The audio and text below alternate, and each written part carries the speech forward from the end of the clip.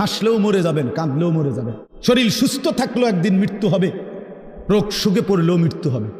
রাজপ্রাসাদ আর অট্টালিকাতে যে রাত কাটায় সেও মরে যাবে, কুড়ে ঘরে আর ফকির সেও একদিন কবরে চলে যাবে। নাকি বলে? বলেন, সবাই বলেন। আমরা সবাই যেতে হবে কিনা বলেন? অতএব যেটা নিশ্চিত মৃত্যু, এটাকে ভুলে যাওয়া ঠিক না। আখিরাত নিশ্চিত। কোরআনুল কারীমের মধ্যে আল্লাহ বলছে ওয়াবিল আখিরাতি হুম ইউকিনুন। মুমিন তাকে বলে, মুত্তাকি তাকে বলে, জান্নাতি বান্দা তাকে বলে, মুসলমান তাকে বলে। আল্লাহ তাআলা বলে যে আখিরাতকে ইয়াকিনের সাথে বিশ্বাস করে। ভাষা ভাষা না, ধারণা না, আখিরাত তার ইয়াকিন। আগুনে লাগলে পুড়ে যায়, এটা আমাদের ধারণা না, ইয়াকিন। কথা বোঝেন নাই আমার? আগুনে পুড়ে যায়, আমরা সবাই ইয়াকিন বিশ্বাস করি। এটা পানিতে ডুবে যায়, এটা আমাদের ইয়াকিন, এটা ধারণা না। মানুষে তো কয় আগুনে বলে ফুরে যায়, মনে ফুরেও হইতেও পারে, এমনি নি মানুষে কয় এটা। তো আল্লাহ তাআলা বলেন বান্দা আখিরাতের ব্যাপারটা তুমি এই মনে করো না যে আরে হুজুররা তো কয়, বারবার কয়, মনে হইতেও পারে, হইতেও পারে। হ্যাঁ, এটারই আখিরাত না। সাহাবায়ে কেরাম রাসূলুল্লাহ সাল্লাল্লাহু আলাইহি ওয়াসাল্লামের সোহবতে, সান্নিধ্যে, কিতাবের মধ্যে আমরা পড়ছি সাহাবীদের হালাত ছিল এমন যেন তারা আখিরাতকে 24 ঘন্টা চোখের সামনে দেখতেন। ওয়াবিল আখিরাতি হুম ইউকিনুন। আখিরাতের ব্যাপারে ইয়াকিন, একেবারে মজবুত ইয়াকিন। আল্লাহ তাআলা এটা চাইছেন, আখিরাত যেন বান্দা 1 সেকেন্ডের জন্য ভুলে না যায়, মৃত্যুকে যেন ভুলে না যায়।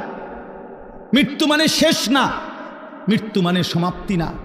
দুনিয়ার ভদ্রলোকরা, দুনিয়ার জেনারেল লাইনের অনেক শিক্ষিত মানুষ, ওরা এগুলাকে বলে যে তিনি 60 বছর 70 বছর বিভিন্ন সেবামূলক মানব কল্যাণে বিভিন্নমুখী অবদান রেখে 70 বছরে তিনি তার জীবনের সমাপ্তি টানলেন।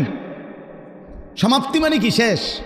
অর্থাৎ 70 বছর পরে তিনি শেষ, আর কিছু নাই ওনার জীবনে। না না, এটা মিথ্যা কথা।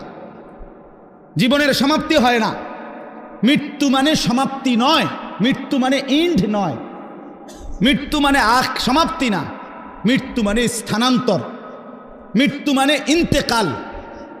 মানুষ কেবল স্থানান্তর হয়, মানুষ কোনোদিন শেষ হয় না, হয় না, হবে না, কোনোদিনও না, কোনোদিনও না। মানুষের কোনো শেষ নাই, মানুষের কোনো শেষ নাই, মানুষ কেবল স্থানান্তর হয়। হ্যাঁ, মাটি থেকে মানুষ বীর্যের ফোঁটা হয়, আল্লাহর কুদরতে বীর্যের ফোঁটা থেকে মায়ের জরায়ুতে যায়, মায়ের জরায়ু থেকে 9 মাসে ধীরে ধীরে পরিবর্তন হতে হতে একদিন মায়ের পেট থেকে মানব সন্তান হয়ে বের হয়, আবার পরিবর্তন হয়, আবার পরিবর্তন হইয়া কিশোর, যুবক, বৃদ্ধ অথবা তার আগেই কবরে চলে যায়।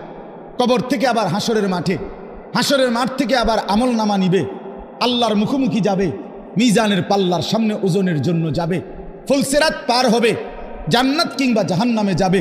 তো জান্নাতে গেলেও, এই ভাই এই কথাটা বুঝলেই বুঝবেন, জান্নাতে গেলেও চিরস্থায়ী, জাহান্নামে গেলেও চিরস্থায়ী। খালিদিনা ফিহা আবাদা। কোরআন শরীফে বারবার এই কথাটা আছে। জান্নাতি, সমস্ত জান্নাতে জান্নাতি থাকবে অনন্তকাল, চিরস্থায়ী, জাহান্নামেও চিরস্থায়ী। তো মানুষ শেষ হইল কেমন? কথা বোঝেন নাই? মানুষ শেষ হয়েছে তাইলে? মানুষ যদি জান্নাতে যায় তাইলেও স্থায়ী, যদি জাহান্নামে যায় তাইলেও কি স্থায়ী। শেষ হইল কই? শেষ নাই, অনন্তকাল, অনন্তকাল। এই জন্য আখিরাত ভুলতে নাই। যে আখিরাত ভুলে যায়, মৃত্যুকে ভুলে যায়, আল্লাহর কসম, এটা বোঝা উচিত। আমিও, আপনিও, বাবারাও, নওজোয়ানরাও, পর্দার আড়ালের মা বোনরাও, আখিরাত ভুলে গেলে মুসলমান থাকে না। পরকাল যার জেহেন থেকে সরে গেছে, যার ধ্যানে, চিন্তায়, চেতনায়, চলাফেরায়, উঠা বসায়, লেনদেনে আখিরাত, আখিরাতের বলতে কিছুই তার মনে নাই, তারে মুসলমান বলে না, মুসলমান বলে না। পৃথিবীর আর কোনো ধর্মাবলম্বীদের কাছে আখিরাতের ব্যাপারে স্পষ্ট কোনো ধারণা নাই। হিন্দু ধর্মের অনুসারী যারা, তারা মনে করে মৃত্যুর পরে মানুষ আবার পুনর্জন্ম হয়, জন্মান্তর হিন্দু ধর্মের একটা গুরুত্বপূর্ণ বিশ্বাস তাদের। আবার পুনরায় জন্ম হয়, প্রথম জন্মে যদি সে ভালো কাজ করে পরের জন্মে আপনার বড় তাদের উত্তম মানুষ তাদের ধর্মে যারা মনে তাদের মতো হয়ে আসে। আর যদি প্রথম জন্মে মন্দ কাজ করে পরের জন্মে বিভিন্ন জীব জন্তু কীট পতঙ্গের মতো হইয়া জন্ম নেয়, এইটা তাদের বিশ্বাস। ইয়াহুদি ধর্ম যারা, ইয়াহুদি ওই যে ইসরায়েলের যে কুত্তারা মুসলমান মারে, ওই বেঈমানদের আকীদা হইল পরকালে যদি বিচার হয়ও তাইলে আমাদের সর্বোচ্চ 40 দিন, আমরা মুসা আলাইহিস সালামের কথা শুনি নাই, এই জন্য হয়তো 40 দিনে হালকা কিছু পিঠা টিটা দিতে পারে, এর বেশি দিবে না কাউরে। 41 দিনের দিন সব স্বর্গে চলে যাবে। হ্যাঁ হ্যাঁ, এটা কোরআন শরীফে আছে এটা। এইভাবে খ্রিস্টানদের আকীদা হইল, এই যে সারা পৃথিবীর যত খ্রিস্টান ইউরোপের, তাদের কথা হইল আমরা পৃথিবীতে যত অপরাধই করি না কেন আমাদের পরকালের সমস্ত অপরাধ মোচন করে আমাদেরকে স্বর্গে নিয়ে যাওয়ার জন্য আমাদের যেই ঈসা আল্লাহর পুত্র নাউজুবিল্লাহ দিয়েছেন, উনি সমস্ত পাপ নিজের কাঁধে তুলে নিয়ে আমাদেরকে স্বর্গে দিয়ে দেবেন। পাগলের কি পরিমাণ মাথা খারাপ! আমার এক হুজুরে বলতেন, আরে প্রথম মাথা খারাপ হইলে কয় পাগল, এরপরে আবার মাথা খারাপ হইলে কি করবে, তখন বলবে আর যে পাগলের মাথা খারাপ। প্রথম তো মাথা খারাপ হয়েছিল আর পাগল হয়েছে, এখন আবার কি হয়েছে? আগে তার সিট ছিল 3-4টা, অনসি পুরাডি ছিঁড়ে গেছে। এই ধরনের মাথা খারাপেরা। তাইলে বিশ্বাস করেন ভাই, পৃথিবীর কারো কাছে কবর, হাসর, মিজান, আমলনামা, আল্লাহর মুখোমুখি দাঁড়ানো, মিজানের পাল্লায় ওজন হওয়া, ফুলসেরাত, জান্নাত জাহান্নাম, বিচার আচার হিসাব কিতাব, এগুলো নিয়ে স্বচ্ছ পবিত্র সঠিক বিশুদ্ধ ধারণা কারো কাছে নাই। একমাত্র আল্লাহর কোরআন, প্রিয় নবী সাল্লাল্লাহু আলাইহি ওয়াসাল্লামের হাদিস, এর মধ্যেই কবর, হাসর, আখিরাত, পরকালের সঠিক পূর্ণ বিবরণ আল্লাহ এবং তার রাসূল পেশ করেছে। বলেন আলহামদুলিল্লাহ। নবী সাল্লাল্লাহু আলাইহি সাল্লাম ভাঙ্গা ভাঙ্গা বলছে, আমরা হাদিসে পড়ছি নবীজি সাল্লাল্লাহু আলাইহি ওয়াসাল্লাম জানাজা পড়তে গেছে। হযরত বারা ইবনে আযিব থেকে বর্ণিত, তিনি বলেন যে আমরা নবীজির সাথে এক সাহাবীর জানাজা পড়তে গেছি। তো যেখানে জানাজা হবে ওইখানে গিয়া দেখলো, নবীজি দেখলেন এখনো কবর খোঁড়া শেষ হয় নাই। বলেন মা ইয়ালহাদ, কবর খোঁড়া এখনো শেষ হয় নাই, তাহলে আরো সময় লাগবে 20-25 মিনিট, কথার কথা। তো এখন কবর খোঁড়া যদি শেষ না হয় তো জানাজা পড়বো কেমনে? কবর তো রেডি হয়েছে না এখন। তো নবীজি সাল্লাল্লাহু আলাইহি সাল্লাম সাথে সাথে ওইখানেই বসে গেছেন। সাহাবীরা গোল হয়ে চারদিকে বসছে, ওই যারা জানাজা পড়তে আসছিল। আল্লাহ নবী সাল্লাল্লাহু আলাইহি সাল্লাম হাতের মধ্যে একটা লাঠি, মানে কাঠি, ছোট মনে করেন একটা কাঠির মতো কিছু নিয়া নবী সাল্লাল্লাহু আলাইহি সাল্লাম মাথা নোয়াইয়া ওই মাটির মধ্যে কিছুক্ষণ এরকম আঁকা আঁকি করছে।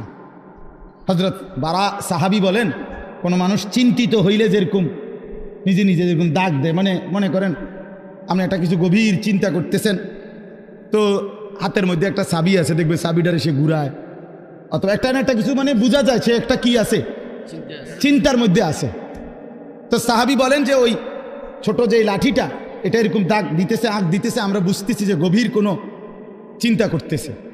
এরপরে নবীজি বললেন সাহাবীদেরকে 3 বার, প্রথম বললেন ইস্তাইজু মিন আযাবিল কবর, সাহাবীরা আল্লাহর কাছে দিবানিশি কবরের আযাব থেকে পানাহ চাও, কবরের আযাব থেকে আল্লাহর কাছে মুক্তি চাও। 3 বার বলছে কথাটা। এরপরে নবীজি সাল্লাল্লাহু আলাইহি ওয়াসাল্লাম এক টানা লম্বা হাদিস, 2 পৃষ্ঠার মতো বড় কিতাবে আল্লাহ নবী সাল্লাল্লাহু আলাইহি ওয়াসাল্লাম এই কোনো ব্যক্তির নেককারের রুহু কেমনে কবজ হয়, নাফরমানের রুহু কেমনে কবজ হয়, এই 2টার থেকে শুরু করে কবরের পুরা ঘটনাটা আল্লাহ নবী সাল্লাল্লাহু আলাইহি সাল্লাম বলছেন। সাহাবীরা মনোযোগ দিয়ে শুনছেন। চোখের পানি ফেলে কাঁদছেন। আল্লাহ নবী সাল্লাল্লাহু আলাইহি সাল্লাম বলেন, সাহাবীরা শুনো, কোনো নাফরমানের মৃত্যুর যখন পাপীর সময় হয়, মালাকুল মউত আজরাইল আইসা প্রথম ডাক দেয় যে হে অপবিত্র আত্মা, আইয়াতুহান নাফসুল খাবিসা, এই খবিশ আত্মা বের হও, উখরুজি ইলা সাখাতিল্লাহ, আল্লাহর অসন্তুষ্টির দিকে বের হও। নবীজি বলেন নাফরমান পাপী আল্লাহর অবাধ্য, তার রুহুটা তখন বের হতে চায় না। মালাকুল মউত আজরাইল কলিজাটার মধ্যে খপ করে ধইরা রুহুটা কলিজা থেকে টান দিয়া ছিঁড়ে ফেললেই রুহুটা তখন এই কণ্ঠনালীর কাছে, এখানে কণ্ঠনালীর যে শেষ জায়গা, এখানে এসে আটকায়া যায়। এই কলিজার থেকে ছিঁড়া এখানে যখন আটকায়, আল্লাহ নবী সাল্লাল্লাহু আলাইহি সাল্লাম বলেন আর বের হতে চায় না। আজরাইল তখন কোনো কিছুকে টাইনা হেসরাইয়া ছিঁড়া, টাইনা টুইনা হেসরাইয়া যেভাবে বের করে, মালাকুল মউত আজরাইল ওই নাফরমানের রুহুকে এইভাবে টাইনা হেসরাইয়া ছিঁড়া ফাইরা তারপরে বের করে, এজন্য দোস্ত আমার, বন্ধু আমার, রাসূলুল্লাহ সাল্লাল্লাহু আলাইহি ওয়াসাল্লাম বিস্তারিত একেবারে জান কবজ থেকে শুরু করে বর্ণনা দিচ্ছেন। কোরআন শরীফ আল্লাহ বারবার বলছেন, ফালাউলা ইযা বালাগাতিল হুলকুম, রব্বুল আলামিন বলে কোন নাফরমানের রুহু যখন ছিঁড়ে গিয়ে কণ্ঠনালীতে এসে পৌঁছে, ওয়া আনতুম হিনা ইদিন তানদুরুন, তোমরা আশপাশের আত্মীয় স্বজন তখন তার দিকে তাকিয়ে থাকো, ওয়া নাহনু আকরাবু ইলাইহি মিনকুম ওয়ালাকিন লা তুবসিরুন, আমি আল্লাহ তো তখন সামনেই থাকি কিন্তু তোমরা দেখো না।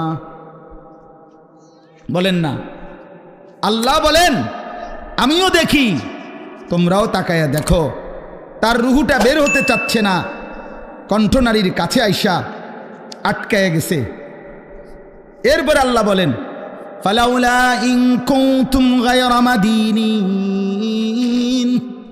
যদি তোমরা মনে করো কবর নাই, আখিরাত নাই, পরকাল বলতে কিছু নাই, তারজিউনাহা ইন কুনতুম সাদিকিন, যদি তোমাদের এই কথাটাই সত্য হয়, তাইলে এই নাফরমানের রুহুটা তার কণ্ঠনালীর থেকে টেনে তার কলজার মধ্যে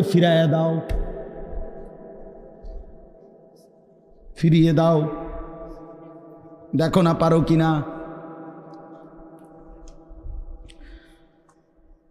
তাহলে বলেন সম্ভব তখন? মানে কেউ পারবে তো তখন নাকি? কোরআন শরীফের জন্য আছে, আল্লাহ বলছে আউলা লাকা ফাআউলা সুম্মা আউলা লাকা ফাআউলা। আল্লাহ বলে নাফরমান বান্দা মনে রেখো, তুমি 4 বার কষ্ট পাইবা, তুমি 4 বার যন্ত্রণা পাইবা, তুমি 4 বার আযাব পাইবা। আমি আল্লাহ বলে রাখলাম আউলা লাকা ফাআউলা সুম্মা আউলা লাকা ফাআউলা।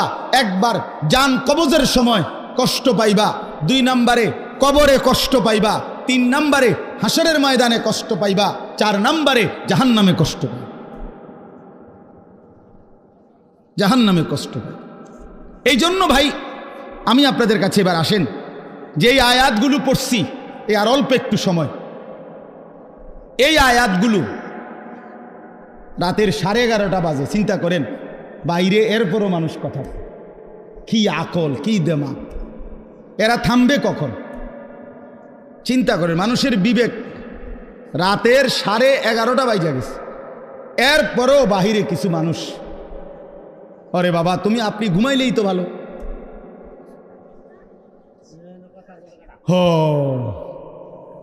কোনো কথাই, মানে আল্লাহর কথা কানের ধার দিয়েও যায় না।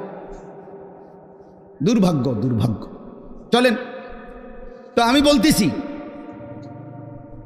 আখিরাতকে যদি কেউ ভুলে যায়, আর অল্প একটু আমার কথাটা শুনেন, আখিরাতকে কেউ ভুলে গেলে, যুবক ভাই তোমরাও শোনো ভাই, আখিরাতকে ভুলে গেলে সে আর মুসলমান থাকে না। মানুষ আখিরাতকে ভুলে গেলে মানুষ জানোয়ার হয়।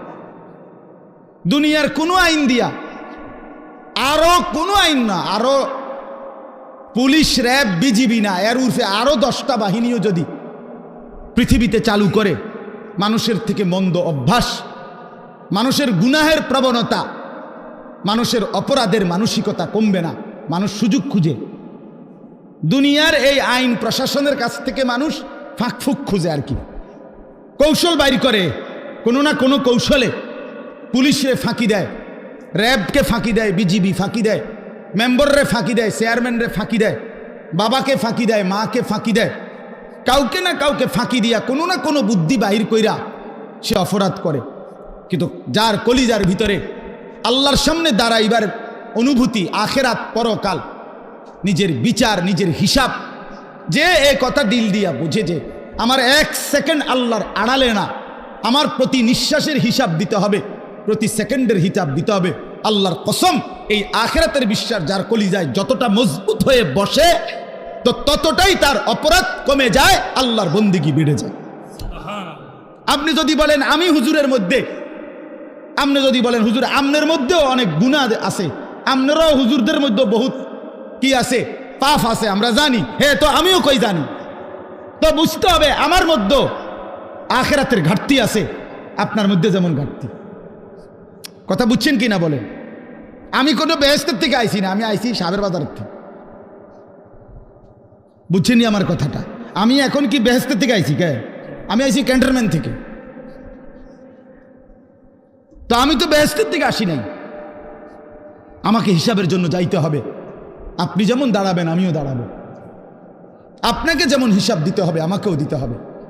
এই জন্য আখেরাত ভুলে গেলে এক মানুষের অপরাধ বেড়ে যায়, এক মানুষের বন্দিগি ছুটে যায়। কেন নামাজ পড়ে না? আখেরাত মনে নাই। কেন চুরি করে, জিনা করে, ব্যভিচার করে, মদ খায়, জুয়া খেলে?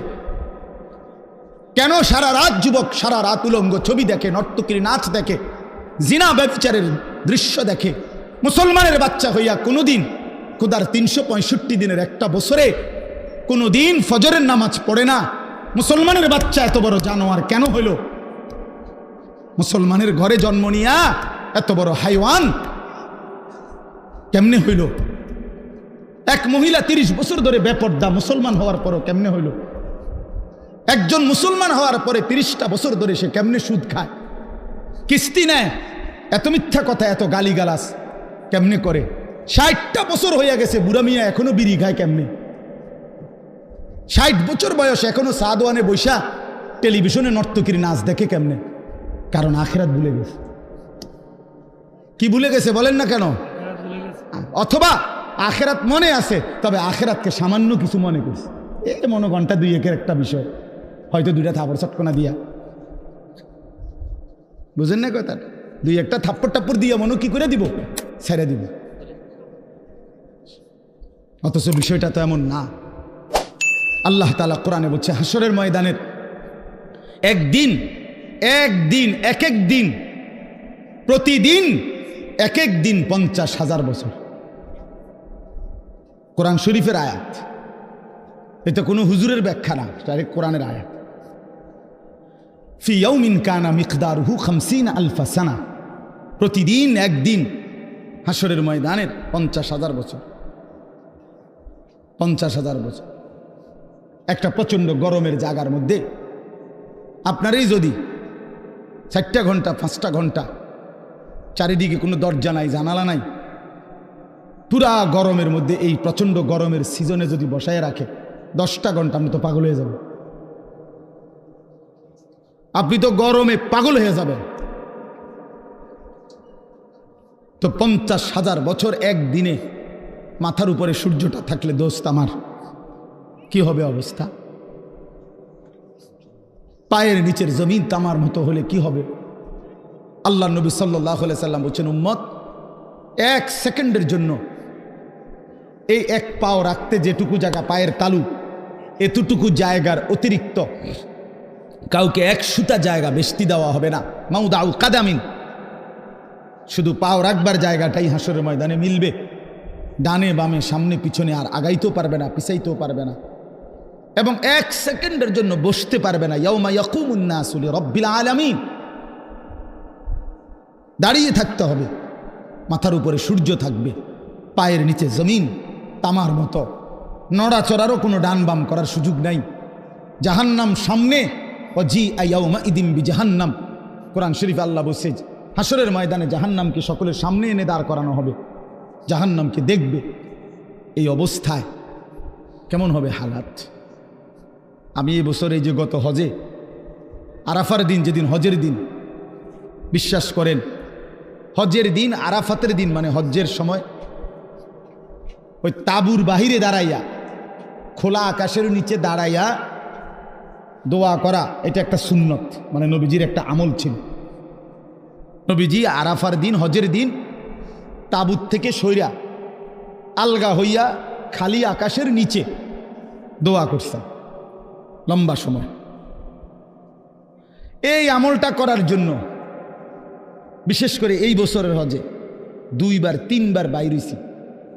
এই কদ্দুর 2 মিনিটও বিশ্বাস করেন মনে হচ্ছে যেন না আগুনের গোলা মারতে আছে শরীরে।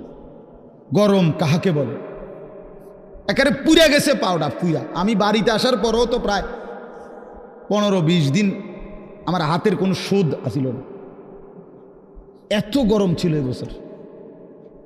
তো অথচ আমরা সবাই বৈজ্ঞানিক গবেষণা কি যেন আমাদের থেকে সূর্য কত দূরে, কত জি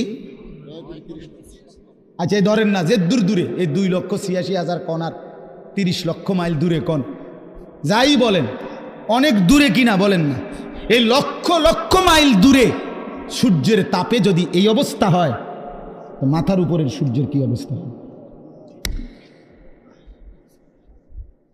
কেন নামাজ পড়ো না ভাইয়া?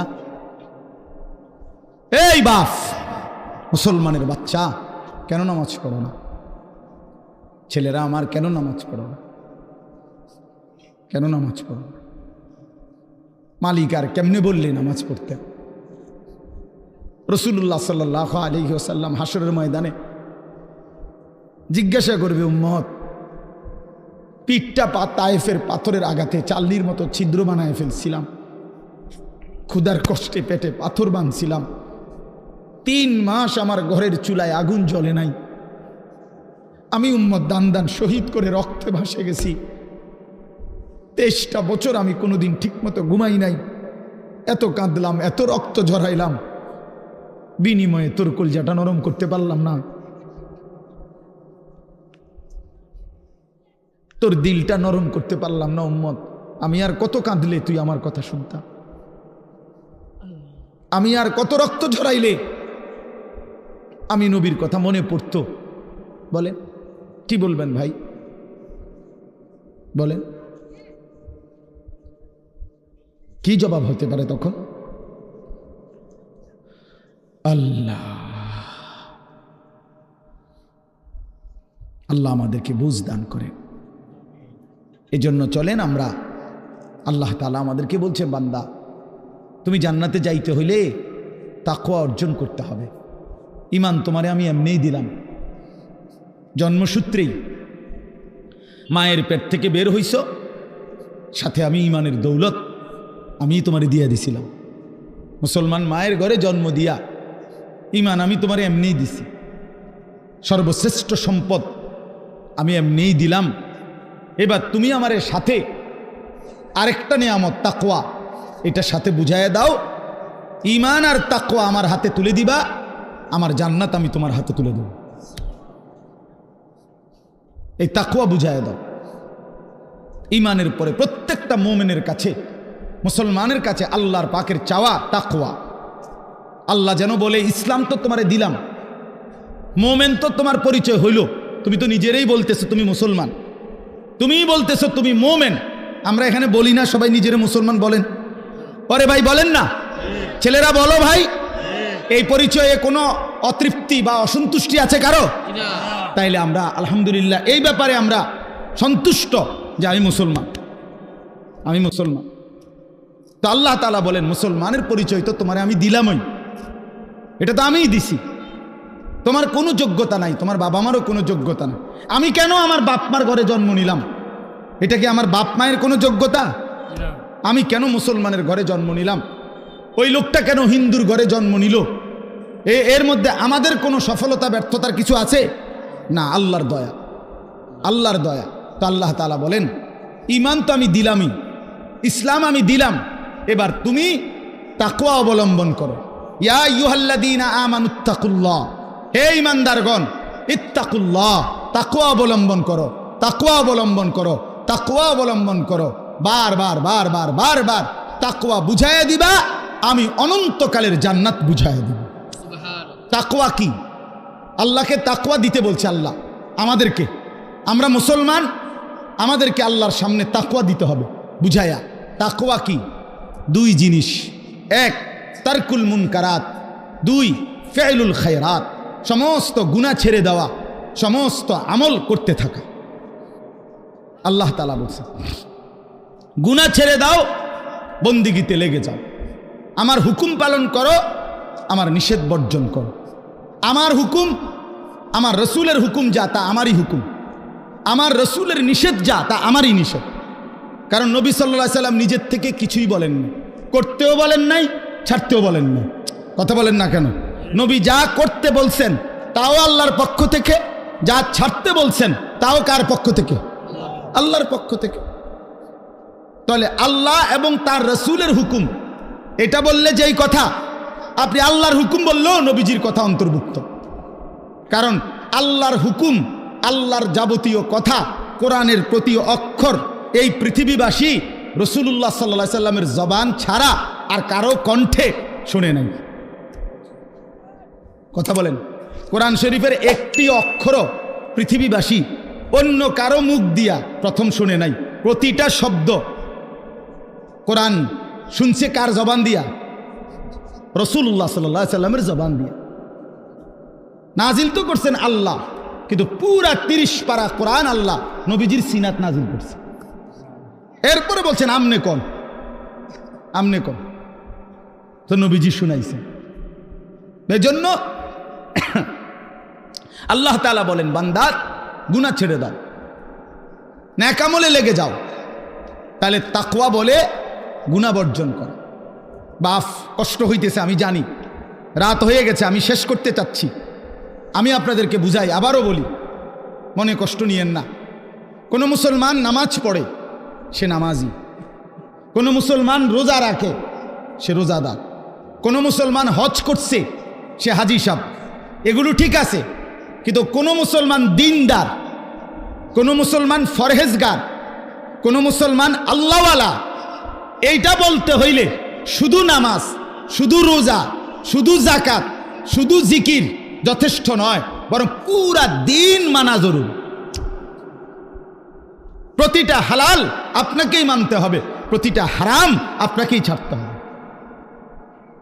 আমারও ছাড়তে হবে, আমারও ছাড়তে হবে। সমস্ত ইবাদাত করতে হবে। জিকির তো আপনি খুব করেন, মাশাআল্লাহ, অনেক নেকি, কিন্তু আপনার উপরে যে হজ ফরজ। রোজা তো আপনি মাশাআল্লাহ খুব রাখেন, কিন্তু আপনার উপরে যে যাকাত ফরজ, সেটা কই? সেটা কই? আপনি নামাজ রোজা তো মাশাআল্লাহ খুব করেন, কিন্তু আপনার বউ বাচ্চার যে তাদেরকে নামাজ পড়তে বলা, তাদেরকে আল্লাহর ইবাদতের উপরে উঠাবার চেষ্টা করা, এটাও যে আপনার উপরে ফরজ দায়িত্ব, সেটা কই? আপনি দি ফুলারে কিছু কর না। তে আমনের ঘরে 16 বছরের এত বড় ডাকাত কোনোদিন নামাজ পড়ে না, একদিনও ফজরের নামাজ পড়ে না। আপনি এই ঘরে ঘুমান, আমনের ফুলাও এই ঘরে ঘুমায়। এত বড় জানোয়ার আমনের ঘরে ঘুমায় কেন?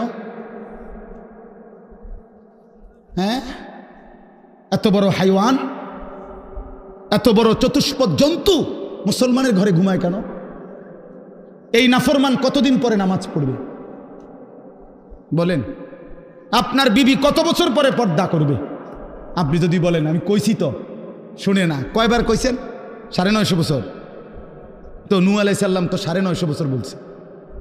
আপনি যদি কইছেন সর্বোচ্চ 10 বার, 50 বার, আর মনে করেন আপনি 50,000 বারে কইছেন, তো 50,000 বার বলার পরে অথবা 3 বছর বলছেন, অথবা 10 বছর বলছেন, তো 10 বছর পরে আর বলতে হবে না, এই ছুটি আপনারে কে দিল? আমার কথাটা বুঝছেন? আমি যে হুজুর বিশ্বাস করেন, আমি তারে বলতে বলতে মনে 50,000 বার কইছি, তো আচ্ছা, তো ঠিক আছে, আমি ধরে নিলাম, বিশ্বাসও করলাম। তো 50,000 বার বলার পরে ছুটি, এ কথা আপনারে কে অনুমতি দিল? আছে এমন কোনো অনুমতি নাই। এই জন্য বাবাদেরকে বলি, সন্তানের, স্ত্রীর, ঘরের মানুষ যারা আপনার ছেলে মেয়ে বউ বাচ্চা, এদের ঈমানের ফিকির, আখিরাতের ফিকির, নামাজের ফিকির, ইবাদতের ফিকির, আল্লাহর কসম এটা হলো আপনার প্রথম প্রধান মূল দায়িত্ব। ভাত মাছ চাল ডাল, ঘর সংসার ফার্নিচার, বিদেশ কিংবা দেশ, চাকরি কিংবা ব্যবসা, দোকান কিংবা ভিট, ক্ষেত কিংবা খামার, এগুলোর ব্যবস্থা পারলে করলেন, না পারলে যদি না করতে পারেন, আল্লাহর কসম আখিরাতে কোনো জবাব দিতে হবে না। আপনার ছেলে মেয়ের জন্য যদি আপনি বিল্ডিং করে দিতে না পারেন, খাট বানায় দিতে না পারেন, তারে যদি আপনি বিদেশ না পাঠাইতে পারেন, এর জন্য হাসরে আপনি আটকাবেন না। কিন্তু তারে কেন নামাজ পড়তে বললেন না, সেজদা দিতে বললেন না, পর্দা করতে বললেন না, তারে কেন গুনাহ ছাড়াইতে চেষ্টা করলেন না, তারে কেন টেলিভিশন, মোবাইল, নাটক, সিনেমার থেকে বাঁচাইতে চেষ্টা করলেন না, এই জন্য আপনি আল্লাহর কাছে জবাবদিহি করতে হবে। এই আমরা আমাদের চেষ্টা করলাম আপনার ঘরে বুঝায় করার জন্য। তো আল্লাহ তাআলা বলেন, বান্দা তাকওয়া বুঝায় দাও, আমার জান্নাত বুঝে নাও। গুনাহ ছেড়ে দিলে বলে, হুজুর আমি সব পারমু কিনা? আপনি সব পারবেন কিনা সব বলতে আপনি কয়টা বুঝছেন? আপনি জানেননি মোট শরীয়তের বিধান? বলে যে শরীয়তের বিধান হইল করণীয় হইল মোট 30টা, বর্জনীয় হইল মোট 28টা। এরকম আপনি শুরু না করবেন, আপনি শুরু করবেন, আপনি যাবেন আল্লাহর হুকুম মানার জন্য, আপনি আগাবেন 1 কদম, রব্বে করিম রহমত নিয়ে আসবেন 100 কদম। আল্লাহ বলছে, বান্দা তুমি আইসো 1 বিঘত, আমি আসবো 1 হাত। তুমি আসবা 1 হাত, আমি রহমত নিয়ে আসবো 2 হাত। তুমি আসবা হাঁটতে হাঁটতে, আমি রহমত মাগফিরাত নিয়ে আসবো দৌড়তে দৌড়তে। কাজেই বান্দা তুমি ঘাবড়াইও না, আমি তো আছি বান্দা। মা তো 2 বছরের বাচ্চারে হাঁটা শিখায় যখন, একটু দূরে দাঁড় করাইয়া, মা এই পাশে দাঁড়াইয়া, আব্বু আব্বু আসো আসো হাঁটো, তো 2 কদম 1 কদম। মাও তো জানে হে এই থেকে এই এর দূরে আইতারতো না, ঠিক কিনা বলেন? কিন্তু মার উদ্দেশ্য কি? মহিলাটার উদ্দেশ্য হইল বাচ্চাটা আমার 2টা কদম দিলেই হে পড়ে যাবে, কিন্তু আমি দৌড়াই আগে দৌড়ালাম। এই জন্য 2 কদম দিলেই বাচ্চা যখন পড়ে যাইতে লাগে, মা দৌড়াই এই কোলে নিয়া আদর দিয়া চুমা দিয়া জড়াই ধরে। রব্বুল আলামিন বলে, বান্দা তো আমার দুর্বলী, বান্দা তো আমার পুরা হক আদায় করতে পারবে না, কিন্তু আমার বান্দা আগায় আসলে, আমি তার দিল দেখলে, আন্তরিকতা দেখলে, গুনাহ ছেড়ে দিলে, আমি আল্লাহ লক্ষ কোটি গুণ রহমত নিয়ে তার কাছে আগায় আসব। আল্লাহ তাআলা বলছে, বান্দা তুমি রাতে আসলে আমি রাতে আসব, তুমি দিনে আসলে আমি দিনে আসব। তুমি পুরা পৃথিবীর সমস্ত বালুকণা পরিমাণ গুনাহ নিয়ে আসলে, আমার কাছে মাফ চাইলে, চোখের পানি ফেললে, আমি আল্লাহ তাআলা সমপরিমাণ মাগফিরাত নিয়ে তোমার কাছে আসব। হাদিস এটা। এই জন্য আমরা প্রত্যেকেই চেষ্টা করি। আমার দ্বারা হইতো না এ কথা মুসলমান বলতে পারে না, মুমিন এ কথা বললে হবে না রে বাপ। আপনি পারবেন, আপনি পারবেন। নেক আমল, আল্লাহর হুকুম পালন করার নিজেরও চেষ্টা করেন, বউ বাচ্চার জন্য চেষ্টা করেন। আর যুবক ছেলে তোমরা ভাই নিজে নষ্ট করো না। এই রাত গভীরে এই বন্ধু আমি বললাম, ভাই আমার নিজের চরিত্র, নিজের আখলাক, নিজের জীবন, নিজের যৌবন নষ্ট করো না। একদিন দুনিয়ায়ও কষ্ট হবে, আখিরাতেও কষ্ট হবে। আখলাক চরিত্র যে নষ্ট করে, এই উলঙ্গ ছবি, নর্তকীর ছবি, জিনা ব্যভিচারের ছবি, নারীর ছবি, আল্লাহর কসম প্রতিটা তোমার যৌবনের শক্তি দুনিয়ার মধ্যেই নষ্ট করে দেয়। আখিরাতের বরবাদি তো আছেই, দুনিয়ারও শক্তি, সামর্থ্য, যৌবন, যৌন শক্তি নষ্ট করে দেয়। এই জন্য দুনিয়াও কষ্ট হবে, আখিরাতেও কষ্ট হবে। তুমি ব্যক্তিগতভাবে না জানলেও আমি জানি, হাজারো শত শত যুবকের সাথে আমার ব্যক্তিগত সম্পর্ক আছে, ব্যক্তিগত মহব্বত আছে আমার সাথে। এরকম অসংখ্য যুবকের চোখের পানি এই এতগুলো মানুষের সামনে আল্লাহর কসম আমি দেখছি। তুমি জানো না, নষ্ট নারী, নষ্ট ছবি দেখতে দেখতে নিজের শরীর সক্ষমতা কি পরিমাণ নষ্ট করে ফেলছে। নিজের হাত, নিজের নাফরমানি গুনার মধ্যে ব্যবহার করে কি পরিমাণ বরবাদ করে দিছে, সারা রাত নিজের জীবন কি পরিমাণ শেষ করে দিছে।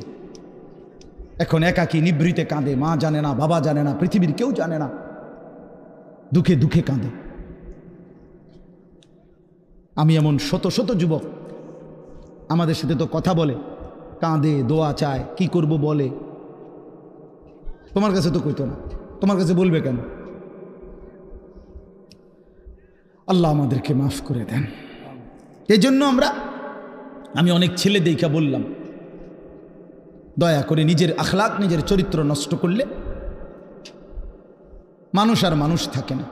তো আল্লাহ তাআলা বলেন, এবার এই তর্জমাগুলো শুনেন, তাইলেই কথা শেষ। আল্লাহ তাআলা আমাদের কাছে তাকওয়া চায়। আল্লাহ বলে, আমারে মুত্তাকি পরিচয় দিয়া বুঝায় দাও তুমি মুত্তাকি, মানে তুমি গুনাহ ছেড়ে দিয়েছ, নেক আমল অভ্যস্ত ছিলা। আল্লাহ বলেন, এমন হলেই তুমি মুত্তাকি। ইন্নাল মুত্তাকিনা ফি জান্নাতি ওয়া উয়ুন, নিশ্চয়ই আমি আমার মুত্তাকি বান্দাদেরকে আমার অগণিত জান্নাতের মধ্যেই থাকতে দেব। ওয়া উয়ুন, এবং ঝর্ণা ধারা বেষ্টিত, নহর দ্বারা বেষ্টিত আমি আল্লাহ তাআলা জান্নাতেই তাদেরকে রাখতে দেব। সুবহান। শর্ত হইল গুনাহমুক্ত জীবন, আল্লাহর বন্দিগিওয়ালা জীবন দেখাইতে হবে। জান্নাতে আল্লাহ বলেন, ফি জান্নাত, আমার অগণিত জান্নাতে থাকবা। অয়ুন, ঝর্ণা ধারা বেষ্টিত জান্নাত। এটা একটা সুন্দর কথা, মানে জান্নাতের মধ্যে 24 ঘন্টা আল্লাহ তাআলা জান্নাতি বান্দার জন্য 4টা নহর চালু রাখবেন। একটা হলো দুধের নহর, পানির নহর, মধুর নহর, মদের নহর। দুধের নদী, পানির নদী, মধুর নদী, মদের নদী। দুনিয়ার মদ না, জান্নাতের মদ। এই 4টা 24 ঘন্টা থাকবে। থাকবে যে বিষয়টা এমন না যে মনে করেন এখানে 4টা ড্রামের মধ্যে বা 4টা টাঙ্কির মধ্যে এই 4 ধরনের দুধ, মধু, মদ, পানি আছে। তো আমগরে বলে দিছে যে আমি তোমাদের উপরে সন্তুষ্ট, তোমাদের যখনই মন চায় এখান থেকে দুধ, মধু, মদ, পানি যেটা মন চায় এটা খাইবা। মনে করেন জান্নাতে বলল, তো এইটা অর্থ না। এটা যদি হয় তাহলে তো একটা সমস্যা আছে এখানে। ও যে পিছনের যে বেটা, তারা এখান থেকে মধু নিতে হইলে, দুধ নিতে হইলে তো হেন থেকে হাইটতে আইতে হবে, এনে আইতে হবে না হাইটটা, তো এত দূর হাইটতে পাঠার কষ্ট হবে। তো জান্নাতি বান্দা বলবে, আল্লাহ আপনি আমারে এত দূর হাঁটাইলেন, তো আর আমার জান্নাত কি দিলেন? আমরা তো আমার কষ্টই দিলেন কদ্দূর। সুবহানাল্লাহ।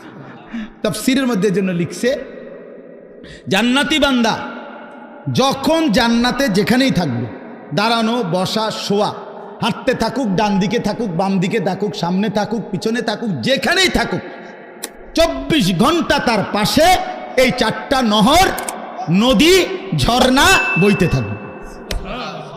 তুমি যে হাঁটতে যাইতে হবে না এক কদম, তোমার লগেই থাকবে একসাথে। এইটারে কয় ওয়ায়ুন জান্নাতিন তাজরি মিন তাহতিহাল আনহার। এইটার অর্থ এটা। সারাক্ষণ সারাক্ষণ আল্লাহ আমাদেরকে তৌফিক দান করেন। মালিক তো জান্নাত বান্দাদের জন্যই বানাইছে, মুসলমানদের জন্যই বানাইছে। তো আমরা তো মুসলমান, আমরা আল্লাহর কাছে জান্নাত চাইতে পারি না? কথা বলেন না, চাইতে পারি আমরা? আলহামদুলিল্লাহ। এরপরে আল্লাহ তাআলা বলেন, উদখুলুহা বিসালামিন আমিনিন। আল্লাহর ফেরেশতারা বলবে, হে আল্লাহর বান্দা, চির শান্তি এবং চির নিরাপত্তার সাথে জান্নাতে ঢোকো। আর কোনো দিন অশান্তি মিলবে না, আর কোনো দিন বিপদ মুসিবত আসবে না। চিরদিনের জন্য শান্তি, চিরদিনের জন্য নিরাপদ জায়গায় ঢোকো।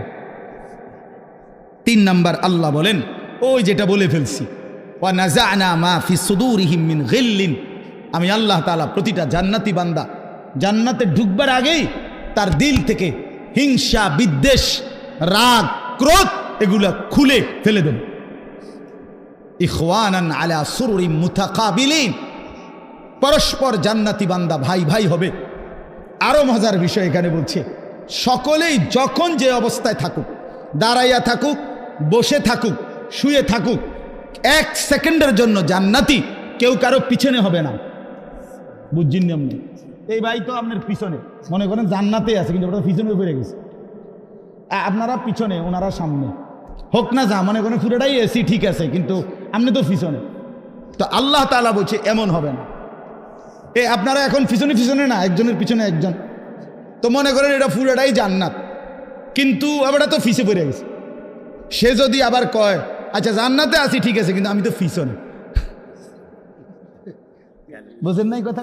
তো আল্লাহ তাআলা বলেন আলা সুরুরিম মুতাকাবিলিন, না বান্দা এমন হবে না, বরং যখন দাঁড়িয়ে থাকো আর বসে থাকো আর শুয়ে থাকো পিছনে কোনোদিন হবে না। 24 ঘন্টা মুতাকাবিলিন, জান্নাতি বান্দা পরস্পর মুখোমুখি থাকবে। যদি বলেন এটা কিভাবে সম্ভব, তো ওইখানে গেলেই তো আমরা দেখুন কেমন সম্ভব। সে সময় আপনি আমার বুঝাই কইবেন এভাবে, আমিও আপনার বুঝাই কম এই যে এভাবে হয়েছে।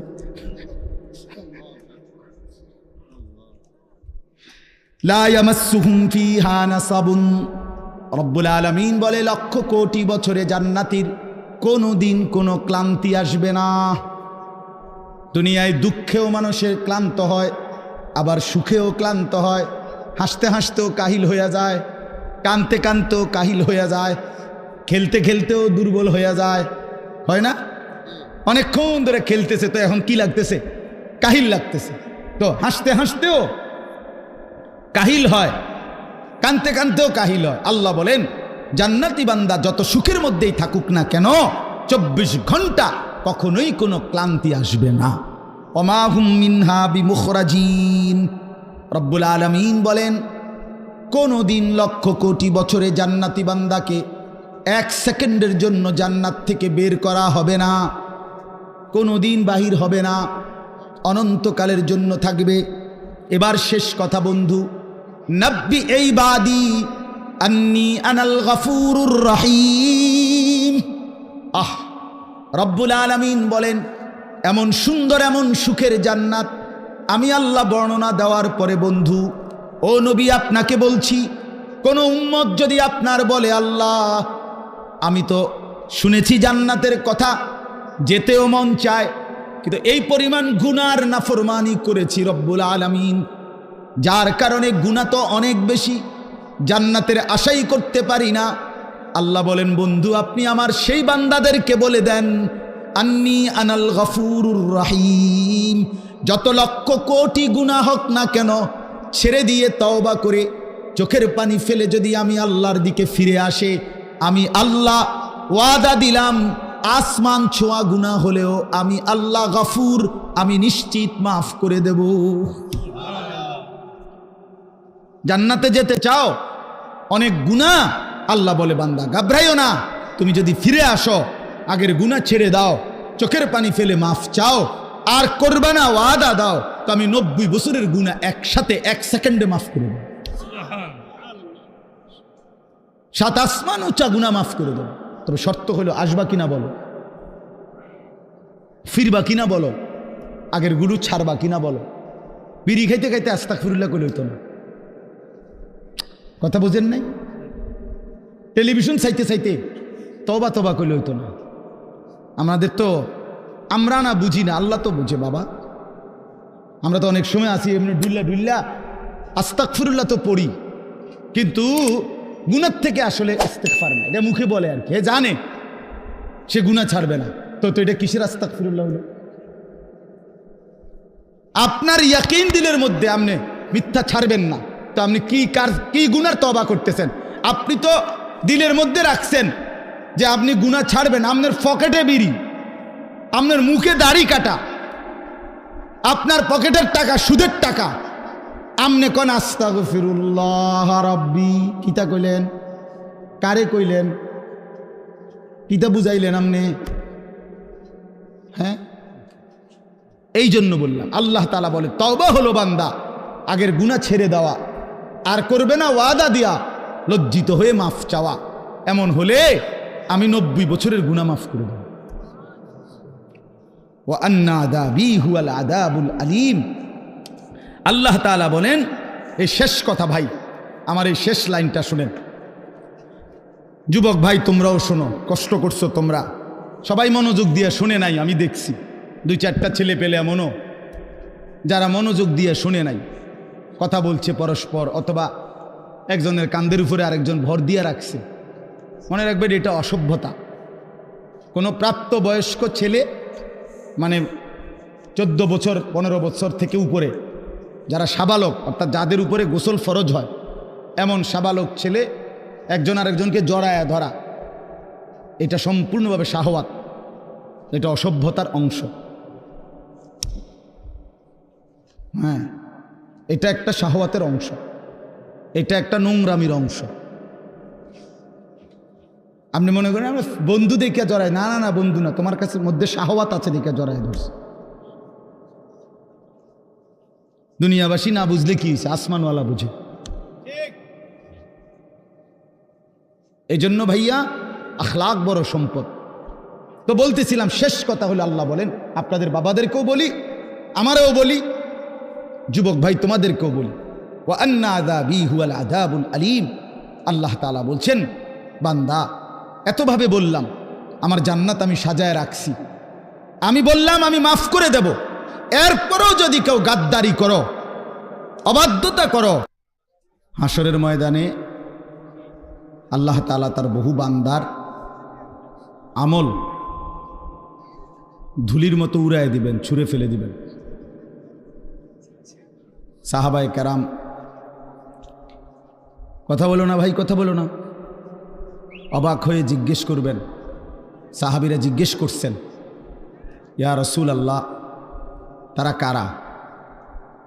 তো নবী সাল্লাল্লাহু আলাইহি ওয়াসাল্লাম বলছেন, প্রকাশ্যে তো তারা তোমাদেরই ভাই, তোমাদের সাথেই নেক আমল করত, কিন্তু যখন একাকী গোপনে, ওয়ালাকিন ইদা খালাউ বিমাহারিমিল্লাহ ইনতাহাকুহা, একাকী যখন কোনো গুনাহ নাফরমানি হারাম কাজ করার সুযোগ পেত, তো একাকী হওয়ার কারণে করে ফেলত। মনে মনে ভাবতো যে কেউ দেখে না, কেউ শুনে নাই, কেউ দেখে নাই, রাতের অন্ধকার গোপন জায়গা, একাকী। তো এই কারণে আল্লাহর নাফরমানি করত, আর মানুষের সামনে বেশভূষা ধরত বুজুর্গি, মানুষের সামনে একদম ফরহেজগার, একাকী আল্লাহর নাফরমান। তো রাসূলুল্লাহ সাল্লাল্লাহু আলাইহি ওয়াসাল্লাম বলেন, এমন ব্যক্তির আমলগুলো আল্লাহ তাআলা ছুঁড়ে মারবেন, ধুলির মতো উড়িয়ে দেবেন। এটা মাওলানা বলতেছিলেন আপনাদেরকে। এজন্য এটা মনে রাখা চাই, মুসলমান মানে এই কথা দিলের মধ্যে ইয়াকিন রাখতে হবে, 24 ঘন্টা হার হালাতে সকল অবস্থায় আল্লাহ আমাকে দেখে। কি বলেন? আল্লাহ আমাকে দেখে। আলাম ইয়ালাম বিআন্নাল্লাহা ইয়ারা।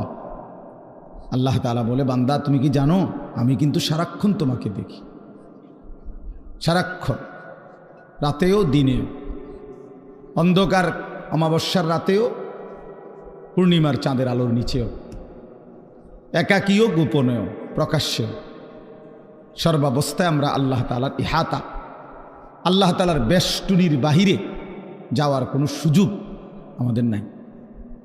কোরআন শরীফে আছে, আল্লাহ তাআলা বলেন, ইয়া মা'শারাল জিন্নি ওয়াল ইনস ইন ইসতাতা'তুম আন তানফুযু মিন আকতারিস সামাওয়াতি ওয়াল আরদ ফানফুযু। সূরা আর রহমানের মধ্যে আছে। আল্লাহ তাআলা বলেন, হে জিন এবং মানুষ, যদি নাফরমানি করতেই মন চায় তো আমি আল্লাহর আসমানের সীমানা, জমিনের সীমানা ছেড়ে দাও, আমার সীমানার থেকে বেরিয়ে পড়ো, দেখো পারো কিনা। আল্লাহ তাআলা বলে, লা তানফুজুন ইল্লা বিসুলতান। আমি ক্ষমতা না দিলে কেউই নিজের যোগ্যতায়, নিজের ক্ষমতায় আমার সীমানা পার হইতে পারবে না। বুঝেন নাই? পারবে? আমরা আসলে পারবো না। এভাবে বহু আয়াতের মধ্যে আল্লাহ তাআলা কোরআনুল কারীমে কথা বারবার বলছে, বান্দা তুমি আমার বেষ্টনীর ভিতরে, লাকাদ আহসাহুম ওয়া আদ্দাহুম আদ্দা। আল্লাহ তাআলা বলেন, আমি বান্দাকে বেষ্টন করে আছি এবং তার পুরা জিন্দেগি গুনে গুনে রাখছি, গুনে গুনে রাখতেছি, একটা জাররা, একটা হিসাব বাদ যাবে না, বাদ যাবে না। আহসাহুল্লাহু ওয়া নাসু। আল্লাহ তাআলা বলেন, বান্দা আমি গুনে রেখেছি, তুমি ভুলে গেছো, তোমার হয়তো মনে নাই তোমার পুরা হায়াত, আমি আল্লাহ তাআলা হিসাব করে রাখছি। হাসি দিছো কয়টা, কাঁদছো কয়বার, হাত উপরে উঠাইছো কয়বার, নিচে নামাইছো কয়বার, অক্সিজেন গ্রহণ করছো নিঃশ্বাস কয়বার, আবার ছেড়ে দিছো নিঃশ্বাস কয়বার। আল্লাহ তাআলা বলেন সব আমার ফেরেশতা হিসাবের মধ্যে লিখে রাখছে, সব হিসাব। এজন্য বাফ, এটা বহুতই জরুরি বিষয়। নিজেরে বুদ্ধিমান ভাবতে নাই, নিজেরে চালাক মনে করতে নাই। পৃথিবীর সবাইকে ফাঁকি দিলে কি হবে? আল্লাহকে ফাঁকি দেব কিভাবে? আল্লাহকে ফাঁকি দেব কিভাবে? আর বিচার তো আল্লাহ করবেন, ফায়সালা তো আল্লাহ করবেন। দুনিয়ার সবাই বলল ভালো, মালিক জানে আমি অসৎ, লাভ কি হবে? এই জন্য আমরা প্রত্যেকেই একাকী গুনার ব্যাপারে সতর্ক থাকি। যুবক ছেলে যারা আছো তোমরা ভাই, এটা তোমাদের মধ্যে বেশি দোস্ত। রাতের আধারে তুমি মনে করো কেউ দেখে না, এই জন্য তুমি সারা রাত মোবাইলের মধ্যে নাচ গান ছবি দেখো। দোস্ত আমার, মনে রাখো, যে মালিকের চোখ দিয়ে দেখতেছো সে মালিক তোমারে দেখে। যার হাত দিয়ে মোবাইল চালাচ্ছ তিনি কিন্তু দেখেন, তিনি দেখেন। ওয়াকাফা বিদুনুবি ইবাদিহি খাবীরাম বাসীরা। আল্লাহ তাআলা বলেন আমার বান্দার সমস্ত গুনার হিসাব রাখার জন্য আমি আল্লাহ একাই যথেষ্ট, আমি একাই যথেষ্ট।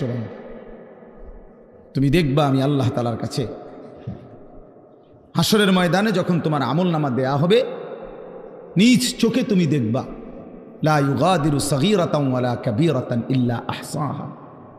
আল্লাহ তাআলা বলেন বান্দা নিজেই বলবে আল্লাহ ছোট কিংবা বড় আমার জীবনের কোনো কিছুই তো এই হিসাবের খাতার থেকে বাদ দেয় নাই, সবই তো উঠায় ফেলছে। কারে দিয়া লেখাইলেন? একটা বিন্দু, একটা নিঃশ্বাস, একটা হাসি কান্না, ভালো মন্দ কিছুই তো বাদ দেয় না। এইভাবে নিখুঁত আমলনামা তৈরি করছে ফেরেশতা। এই ডান কাঁধে বাম কাঁধের ফেরেশতা এক সেকেন্ডের জন্য বিশ্রাম করে না।